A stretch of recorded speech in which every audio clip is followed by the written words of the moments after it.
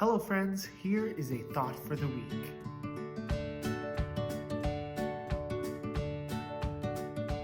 I don't know about you and your ability to remember things, but my memory seems to be a bit below average. Now it's interesting that last week we celebrated Remembrance Day because remembering our stories is such an important part of what it means to be human, to know our identity and to know where we come from.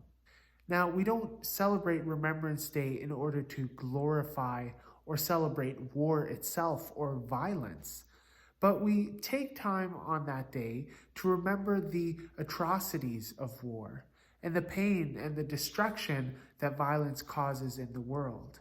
We think about all those people who died on every side and so much that was lost because of the realities of war. But the purpose of remembering something like our past and our involvement in war is so that something like that would not happen again. It's so easy for us to fall into the trap of repeating past mistakes. And so by remembering, we allow ourselves to refocus our imagination towards a better future. Now, this act of remembering so that we do not repeat past mistakes is not only particularly important for a country like Canada or other countries around the world, it's important for us as individuals and as people of God as well. For the people of Israel, there was probably no greater event of God's deliverance than being freed from slavery in Egypt. It seems like an event that big would never be forgotten. And that whenever the Israelites find themselves in a tough situation, they would remember how God had delivered them and would be able to put their trust in that God.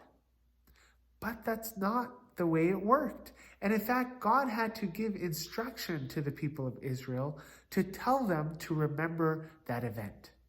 In Exodus 13, God was speaking through Moses to the people, saying, "Remember this day, the day you came out of Egypt, out of the land of slavery, because the Lord brought you out with a mighty hand."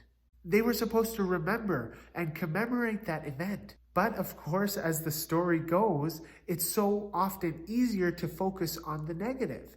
And so the people of God forgot what God had done and instead went after other gods and did things directly against God's commands. Now, I think it's no different for us too. We fall into the same traps because it's so much easier to focus on the negative than it is to remember the positive. And so for the purpose of remembering what God has done in my life, I've actually started a journal about 10 years ago where I write down the things that God has done or the ways in which God has shown up, or even just seeing God at work in this world. And what I've realized by doing this, by writing down these stories, is that during hard times, when I go back and look through it, I notice that there are stories I've written down that are already out of my memory. But because they're written down, I'm able to remember how God was faithful in one time, and that reminds me of how God can be faithful even today. And I don't know if there's a practice that you do, or maybe you want to start recording the stories of God's work in your life. And I'm confident that the past stories of God's work in our lives will help us trust in God more as we keep going in the future, especially in difficult times. And so I invite us to remember the story of God. And as you go into the rest of your day and this week, may the peace of Christ be with you.